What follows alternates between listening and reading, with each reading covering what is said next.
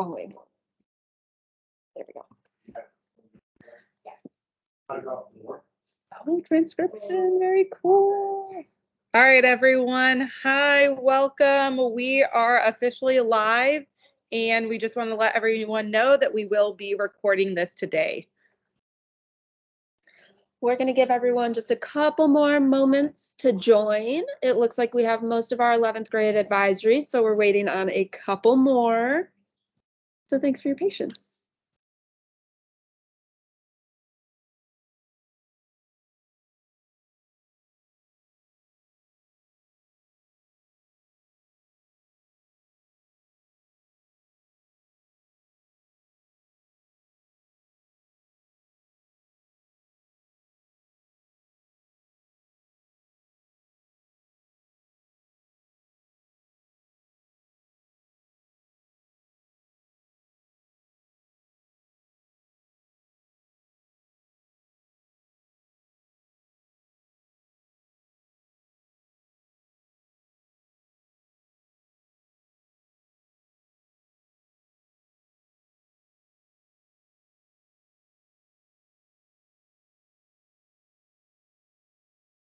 It's muted. One more moment, folks.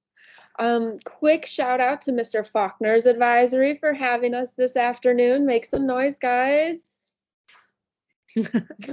Wow, a lively bunch today. I also want to shout out Miss Bracey's advisory. I miss you all from last year. And of course, shout out to all my students in Miss Craig's advisory.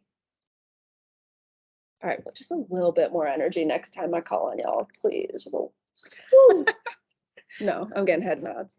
Never mind. Okay, okay, there we go. We got Mr. Hoop and Miss Bracey. I see y'all. Okay, so for those of you who do not know, my name is Miss Lexi, and I am joined by Miss Weinstein. And we are going to go over all of the important information you need to be successful for the 2023-2024 school year registration. Let's get rolling.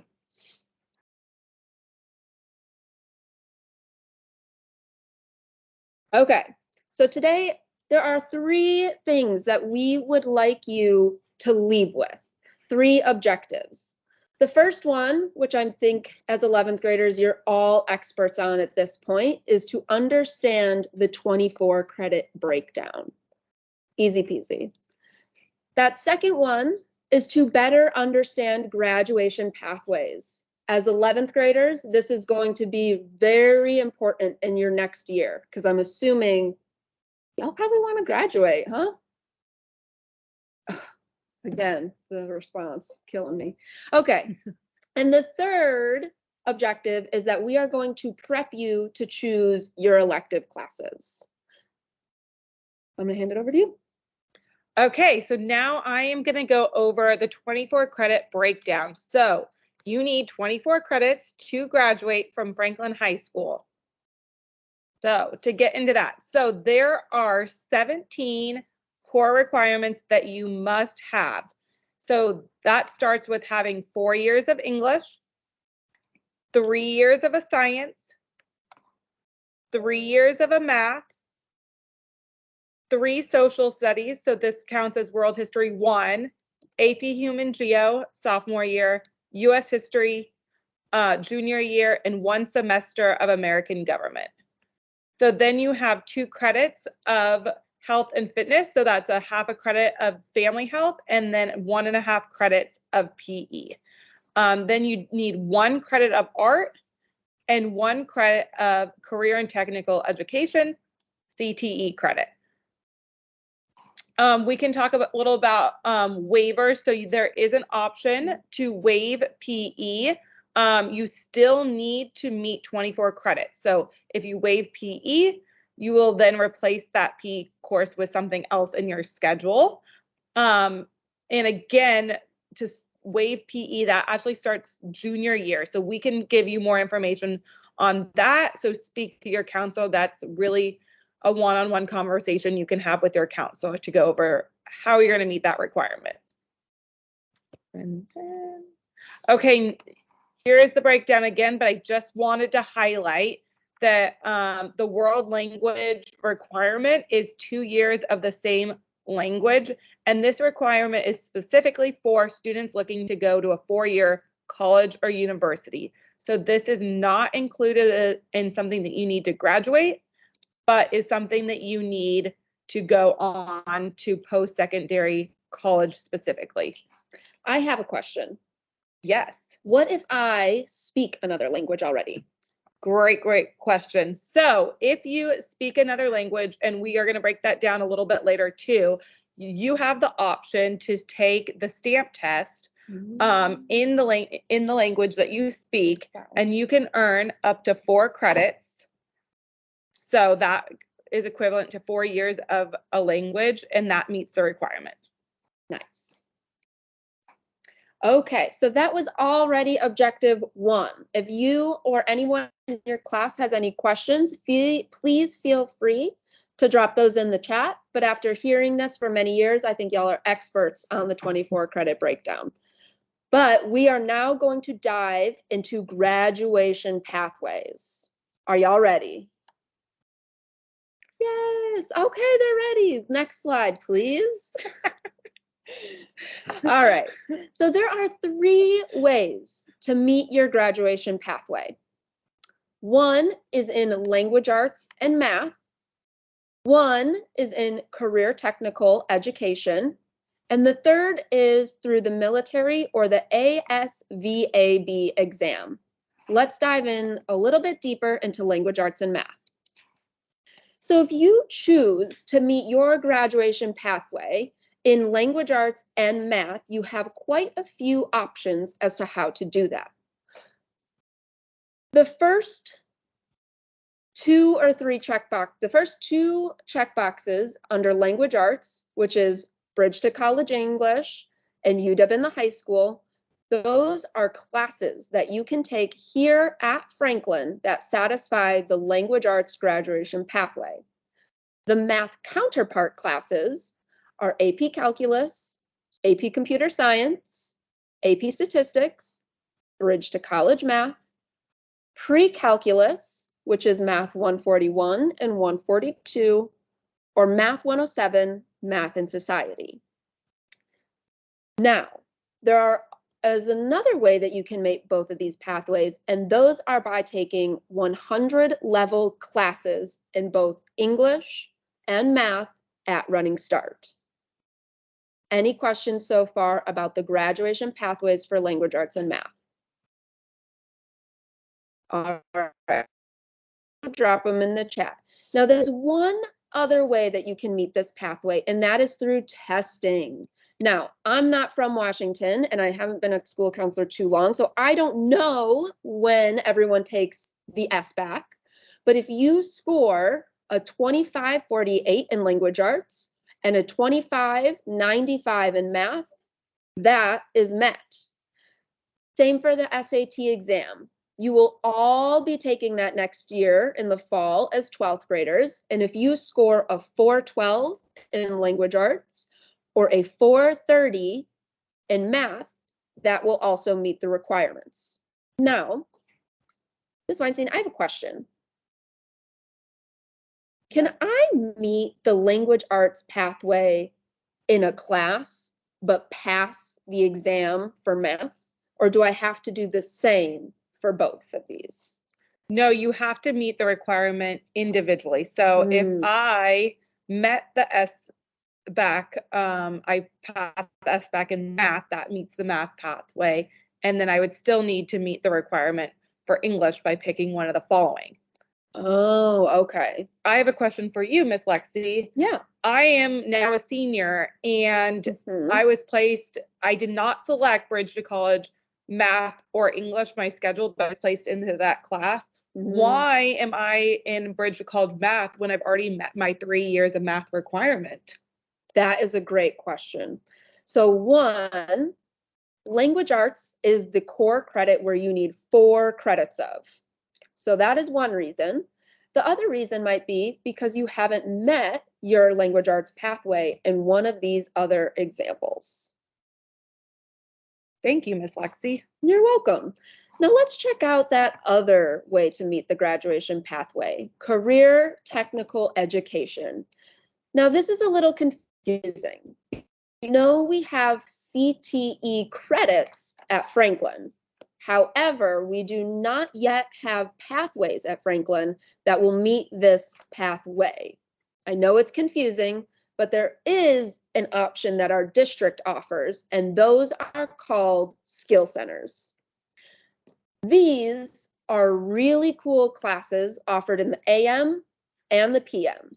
So half of your classes, often your core classes, will still be taken at Franklin. But if you are interested in media arts, video game animation and programming, manufacturing, aerospace and maritime, the construction trades, automotive technology, firefighting and emergency medical services, health sciences and medical assisting, administrative medical office assistant, maritime vessel operations, dental assisting, automotive technology, education academy / careers in education, or nursing, there are locations all throughout the city where you can enroll and get your graduation pathway met through CTE Skill Center options.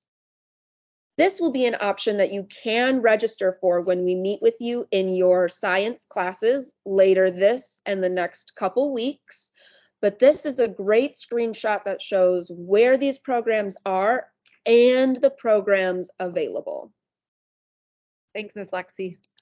And last but not least, you can earn a graduation pathway by taking the ASVAB, which stands for the Armed Services Vocational Aptitude Battery. That is a mouthful for saying a very long test. Now, the two requirements are 1, that you take the exam, and 2, get a score of at least 31. Now, you do not need to enlist in a military branch in order to meet this requirement. You must, however, take the exam. All right, let's move on to our third objective, choosing our electives. I'm going to pass it back to you. Great. So there are 2 really important things that you need to take into consideration when choosing electives, especially for current 11th graders and rising seniors. So 1, post-high school plans. It's really important that you are connecting your interests in the classes you take with potential things that you might want to major in college. For example, if I wanted to go into business, then taking intro to business, entrepreneurship, or accounting here would look great on my transcript to apply to that business program. Second is classes that you still need to graduate. So when you are selecting classes later this week and the coming weeks on the registration portal, it is really, really important that you choose classes in the credit areas that you need. Whatever you select are going to be the classes that you take. I have a question. Yes. I've taken so many classes here. I've been here for like 3 years. How am I going to know what classes I took? That's a great question. So we are going to dive deeper into that on the next slide. Oh, fantastic. So when we come, counselors will be meeting with individual groups of students. So we're going to meet with every student from 9th, 10th, and 11th grade to help you do your online registration. When we meet with you in your science classes. What class? Science class. So it's really important that you're attending science in the next couple of weeks because you don't know when we'll be popping in. You will be getting this report that you see behind me, which is called your Atlas report, and it is your graduation tracker. So every student is going to get their own individual tracker that shows them what credits they have completed and which ones they still need to complete. So it will actually be expanded and it will list all of the English classes you have taken. And as you can see, I have completed 2 of my 4 LA requirements. So if I scroll down to art, I have completed 0 of my art credits. So this is something that I now know that I need to register. If I look at my CTE requirement, I have met it. I have 1 credit. I've taken 1 credit and I only needed 1 credit. So this is a great way to know what credits you're going to need to register. And again, you will have this sheet in front of you and we'll be able to look at it when you are registering and picking classes when we come in through your science classes. Awesome. Okay, now the fun part. You're probably wondering, once I get that, you're going to see where you still have gaps in your credit requirements. So we thought, let's break it down for you and give the classes based on which credits they fulfill. So this slide shows you all of our classes that meet the CTE requirements. Note, requirements are different than CTE graduation pathway. These are simply classes you can take at Franklin that meet the 1.0 CTE credit requirement. I know that's very confusing. I have a hard time not mixing them up, so don't worry, you'll be good. You're in good hands. So next are the 2 requirements that you must fulfill is physical education. And so as a 9th grader, most, if not all students should have taken personal fitness. Then you have the option for team sports, individual activity, or weight training.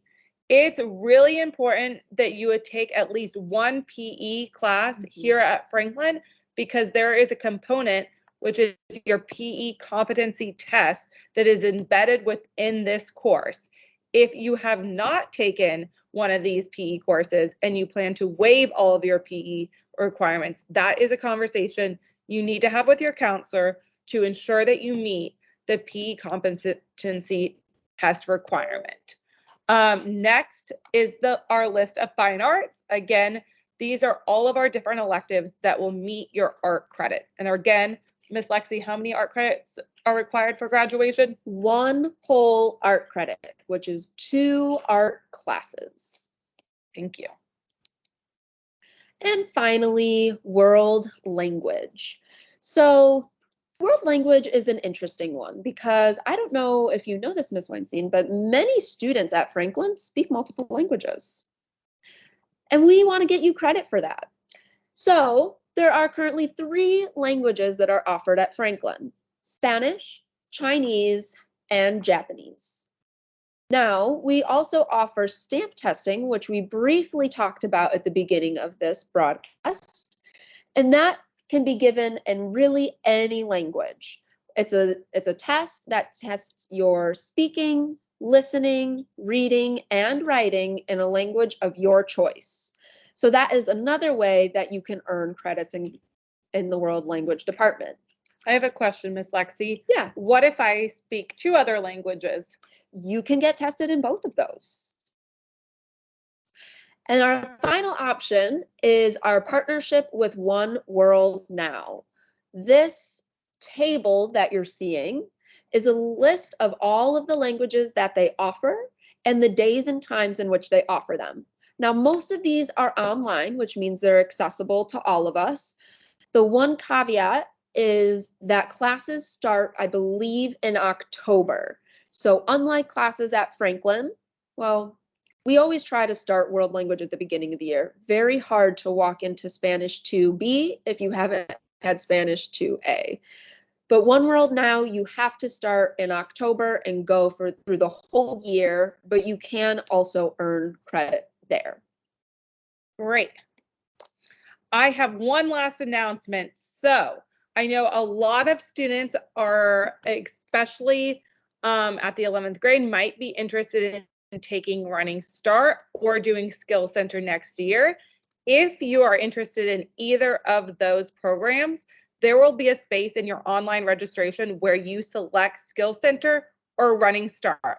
Once you select that, your counselor will meet with you. So for Skill Center, counselors will meet with you to find out if you want to enroll in a Skill Center class, and we will help you with that process. There will be information sessions on that. In addition, once you mark that you're interested in Running Start, we are going to be inviting all new students to an orientation that will tell you all about Running Start, how to enroll, and the process and the deadlines for that. So that is to come. So again, even if you're going to do Skill Center or Running Start, you must still register and pick courses, and you must select those two things in that portal to help us. So anything else before? There is just one question in the chat that I do want to kind of broadcast. Miss Honig, or a student in Miss Honig's class, asked if the stamp test cost money.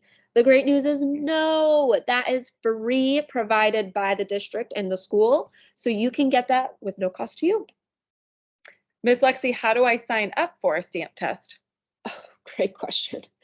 There is a registration link online. Of course, I think your first step should always be to talk to your school counselor. So either Mr. Folan, Ms. Weinstein, Mr. Goldstein, or myself, and we can get you set up with that. Does that Great. answer your question? Yes, it does. I think we're going to leave the chat open for a little bit and see if we have any questions from students and classes. So if you have questions, please raise your hand and your teacher can put it into the chat, and we are happy to answer any questions. But again, picking your actual classes is going to happen online.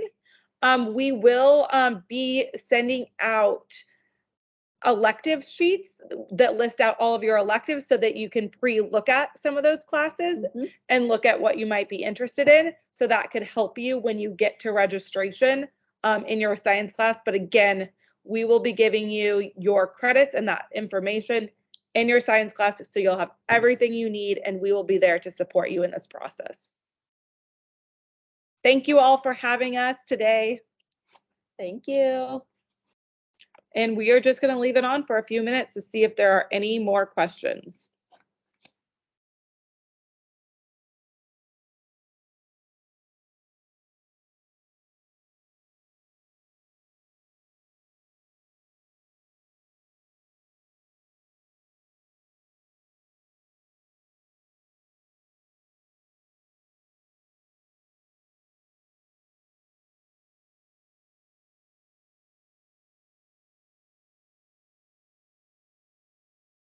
All right, so a question from Mr. Faulkner just came in. Ms. Lexi, can you repeat his question for us? Of course. Mr. Faulkner asked if universities and colleges look at stamp test credits the same way that they do traditional language classes. And the answer is yes, they do. As long as you score a 2 or higher, then that meets the requirement. You have to have 2 credits in the same language. Another thing is, if you took Spanish, Chinese, or Japanese, or even another language in middle school, and you already took 1 year, and then you continue in high school and you do Spanish 2, Chinese 2, or Japanese 2, having that level 2 on your transcript meets the requirement. Same as if maybe you have some knowledge, but you don't feel confident in taking the stamp test, but you speak some Spanish, then you could sign up to take Spanish, and maybe you're placed into level 3. Even if you haven't done 1 and 2, if you take level 3, that is considered as 3 years to colleges, and that would meet the requirement as well. All right, we have some more questions in the chat. From Ms. Honig's class, if there is a class that is especially popular, do juniors, rising seniors, get priority because they are about to graduate? And the answer to that is yes. Our seniors do get priority in elective courses. So anything that you select, you will get prioritized. So in the registration portal, you will pick 3 electives that you want and then 3 alternates, and it will prioritize and give seniors those electives first, then juniors, then sophomores, then freshmen. So yes, seniors, you will get priority The only case in which that doesn't happen is if a course is only offered one period and you chose two classes that are offered the same time, you would have to choose between those electives. Another question from Mr. Hoop's class. What classes would be required to take here at Franklin if I chose to do Running Start? So that is going to be really a one-to-one conversation with the student and their counselor, but there are a couple different options. You can either do part-time Running Start or full-time Running Start. In either case, you have to ensure that you are meeting all the high school requirements, either through Running Start and high school. So for example, a typical part-time schedule would look like taking math and science here. A lot of students might want additional supports in those two areas, and then doing history and English at the college level. But again, it can look a ton of different ways. So that pathway and picking Running Start, you're required to meet with your counselor to fill out an enrollment form, and we will talk about kind of what is best for each individual student. All right, I have some more questions. This is coming from Mr. BR's classroom. I have a student that doesn't have a science class this year. Should they schedule a meeting with their counselor individually? Yes, if a student, and maybe Mr. BR can send us that specific student's name later so we can check more into that. There could be reasons why a student does not have a science, but typically freshman, junior, and senior year, you should be enrolled into a science. So if second semester that is not in your schedule, please come see one of your counselors so we can double check to make sure that you've met the pathway or met that science requirement. All right, couple more questions. What if you are in 11th grade, but you want to add one more year after 12th to continue learning and building your skills? I'd be happy to take that one. Okay, great. You are welcome to stay here until you are 21 years old. So you would just have to have a conversation with your counselor and say, I'm interested in continuing my education.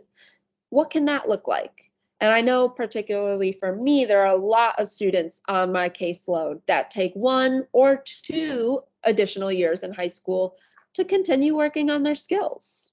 Great question. Especially if we know that, then we can help you plan kind of the courses you want to take over the next 2 years. So if you decide to take a 5th year, then we can help you kind of split up which courses you would take senior year and then which ones you would take a 5th year.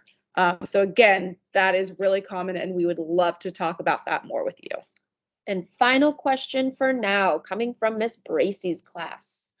Are students able to view what credits they have already taken on their own? So yes, you can. In PowerSchool, you can go on to the source and students can view their grade history.